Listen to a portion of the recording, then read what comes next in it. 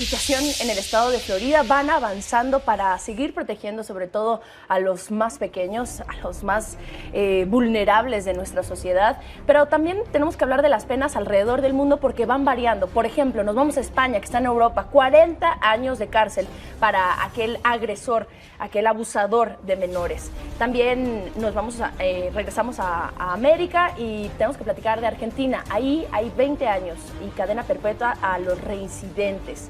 Y pena de muerte ya existe en el país de India y también en China.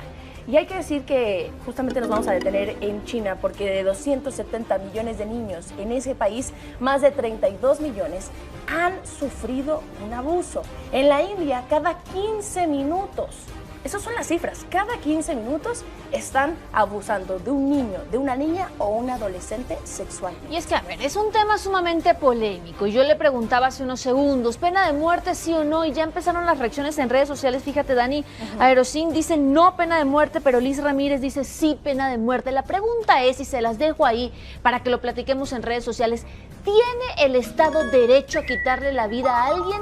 ¿Sí o no? Ya Dani les daba un panorama de cómo está la situación a nivel mundial. Hablemos de México. Si se comprueba que alguien abusó sexualmente a un niño en este país, solo pasaría 20 años en la cárcel. Y vuelvo a la pregunta, ¿es suficiente o no? Porque estamos hablando de que cada año se reportan 600,000 casos de abusos contra menores en todo México. Son datos, por cierto, de la Comisión Ejecutiva de Atención a Víctimas. Es más, le voy a dar dos datos demoledores. El primero es que 9 de cada 10 víctimas son niñas. Y el segundo es que en el 60% de los casos de agresiones sexuales es un familiar. O sea, muchas veces convives incluso con el enemigo. Con el enemigo está en tu propia casa, en tu propia zona segura. Impulsivas, ¿no? De decir, puedo llegar a hacer justicia por mano propia frente a la negligencia o burocracia de la justicia es algo que es probable. Sin embargo, vemos, ¿no? Que como padres tenemos que asumir un rol, sobre todo en la prevención, ¿sí? Y este es un rol que no solamente está en los padres, sino en los profesores y bueno, ¿no? Concentrarnos en este aspecto.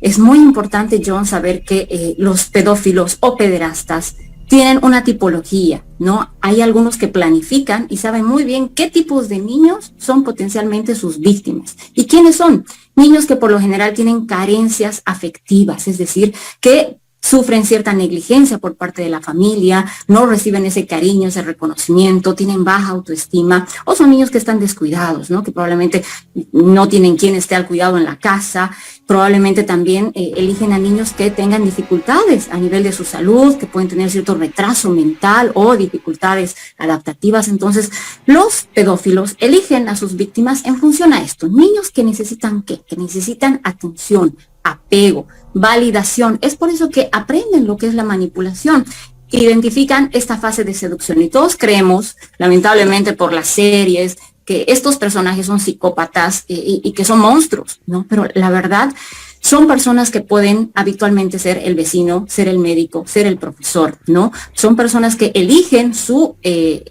vida académica y profesional buscando tener cercanía a los niños, ¿no? Entonces son personalidades que uno las ve y dice, bueno, es una persona que me genera confianza, lo trata bien a mi hijo, entonces no voy a creer que esta persona tiene una mala intención. Por lo tanto, lo primero que hacen es esto, esa fase de seducción, ganarse la confianza de este niño, hacerlo sentir querido, especial, darle regalos, ¿no? Hacerlo sentir que esa persona es valiosa. Lo que no encuentres en casa, esta persona se lo va a ir dando.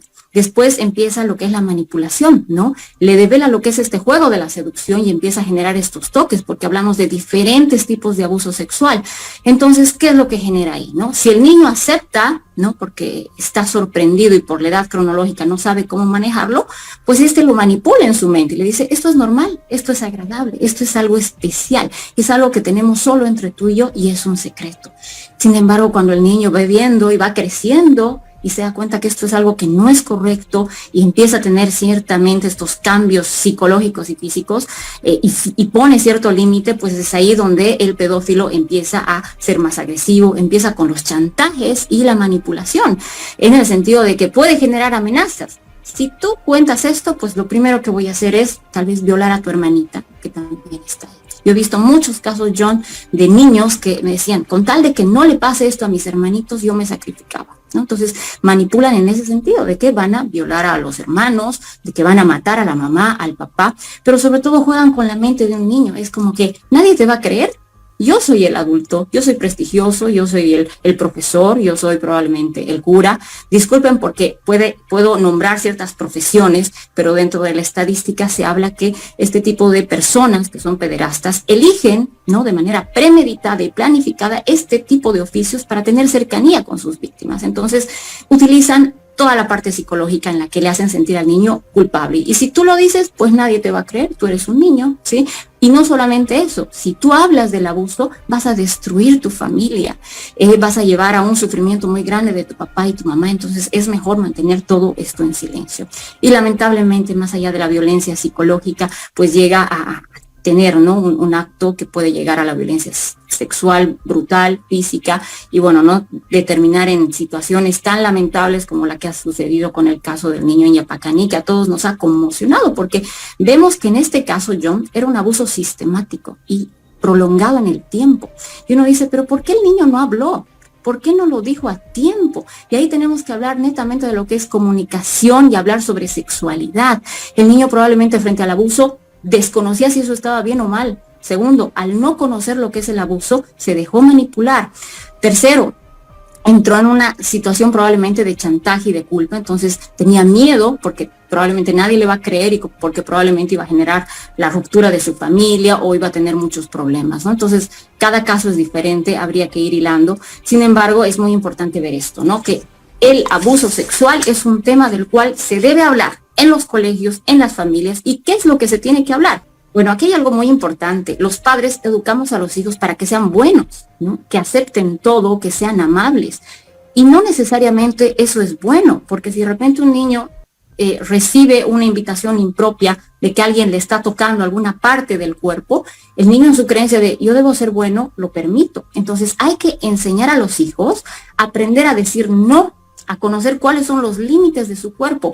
Hay áreas de su cuerpo que no se pueden tocar, ¿sí? Entonces, identificar claramente qué tipos de beso tú puedes dar primero. Si el niño no quiere tener ningún acercamiento, ni dar beso de mejilla, mucho menos abrazos, no obligarlo. Eso es algo tan espontáneo, la expresión de afecto. Entonces, si el niño, hablarle claramente. Si tú no tienes ganas de abrazar a tu tío o dar un beso a este amigo que te estoy presentando, no lo hagas. Tu cuerpo es algo que tú tienes que decidir si te sientes bien o no. Segundo, aprende a decir que no. No tiene nada de malo. Si te sientes incómodo, si te sientes mal, puedes decir, no, no lo quiero hacer, no gracias, es algo que no me va a convertir en una mala persona si es que pongo un límite referido al no. Hay que explicarles a los niños con claridad en qué consiste el abuso sexual, John. En muchas familias ni siquiera se habla de lo que es sexualidad, pero sin ir en detalles muy específicos, hablarles del tipo, ¿no?, de objetivos que pueden tener estas personas, quiénes son, cómo actúan los abusadores, qué señales de alerta no pueden presentar ya en el niño, esto ya en el ámbito de los profesores, y generar estrategias de protección también, ¿no?, ya en ámbitos educativos y familiares.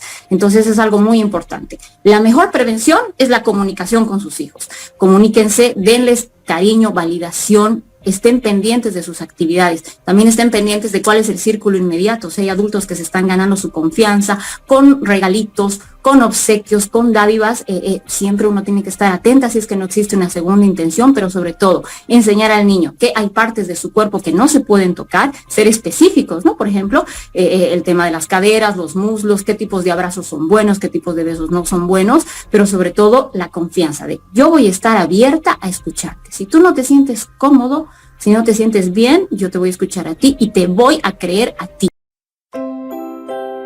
El libro de Tere. Soy Tere y mi mamá me dio varios consejos para cuidarme y para buscar ayuda si lo necesito.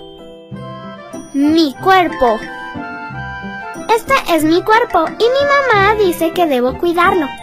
Mi cuerpo tiene partes que los demás pueden ver, como mis manos, codos, brazos, pies, rodillas y cabeza.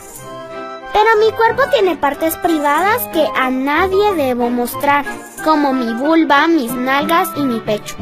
Mis partes privadas las cubro con ropa interior y solo yo las puedo tocar, y quienes me ayudan con mi higiene. El saludo. Mamá dice que si un familiar amigo o desconocido no me gusta o me da miedo, nadie debe obligarme a hablar con él. Tampoco deben obligarme a saludarlo con un beso o abrazo. Para saludarlo yo puedo darle la mano. Las caricias. Mamá dice que hay caricias buenas y malas. Las caricias son buenas y me gustan, como cuando un familiar o amigo toca mi cabeza o me da un abrazo. Las caricias son malas y no me gustan o me dan miedo, como cuando un familiar, amigo o desconocido quiere tocar mis partes privadas. Las caricias malas me harán mucho daño. Por eso, si alguien quiere tocar mis partes privadas, yo debo gritar, decir no y pedir ayuda. Decir no, huir y pedir ayuda. Mamá dice que debo alejarme rápido de cualquier conocido o desconocido que me haga sentir mal, no me guste o me dé miedo. No importa si es mi papá, hermano, tío, primo, abuelo, novio de mi hermana, papá de mi mejor amiga, vecino, amigo, maestro, pastor, sacerdote o entrenador. Ninguno puede abrazarme o hacerme cosquillas si yo no quiero. Si lo intenta, yo debo gritar, decir no y pedir ayuda. Ninguno puede tocar mis nalguitas. Si lo intenta, yo debo gritar, decir no y pedir ayuda. Ninguno puede pedirme que toque sus partes privadas o el resto de su cuerpo. Si me lo pide, yo debo gritar, decir no y pedir ayuda. Ninguno puede ofrecerme regalos a cambio de caricias malas. Si lo intenta, yo debo gritar, decir no y pedir ayuda. Ninguno puede invitarme a un lugar apartado, diciéndome que alguien de mi familia me espera. Si me lo pide, yo debo gritar, decir no y pedir ayuda. Ninguno puede entrar a mi cuarto a escondidas. Si lo hace, yo debo gritar, decir no y pedir ayuda. Mamá dice que si algo así me pasa, no es mi culpa y debo contárselo a ella o a una persona de mi confianza para que puedan protegerme. Los secretos. Mamá dice que hay secretos bonitos y feos. Los secretos bonitos son los que me hacen feliz, como cuando voy a dar una sorpresa. Los secretos feos son los que me hacen daño, como cuando alguien quiere tocarme y me pide no decirlo. Esos secretos feos yo los debo